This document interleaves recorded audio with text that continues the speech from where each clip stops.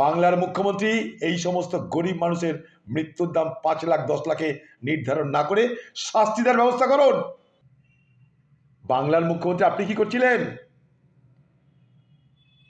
দমকল মন্ত্রীকে বলতে পারেনি তাতে তুমি যাও? আপনি নিজে গেছিলেন, খোকাবাবু গেছিল, ১০ লাখ টাকা করে দিয়ে দিবেন। ধর্ষণ হলে ৫ লাখ, আগুনে পুড়লে ১০ লাখ, রেট তো করাই আছে। প্রশ্ন আমার একটাই,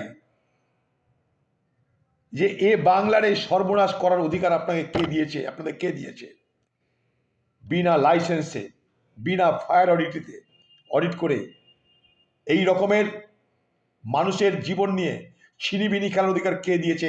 এই দমকল মন্ত্রী এবং সমস্ত আধিকারিক যাদের চোখের সামনে এই ধরনের বেআইনিভাবে কারবার গড়ে উঠেছে, তাদের সকলের যাবজ্জীবন সাজা হওয়া দরকার।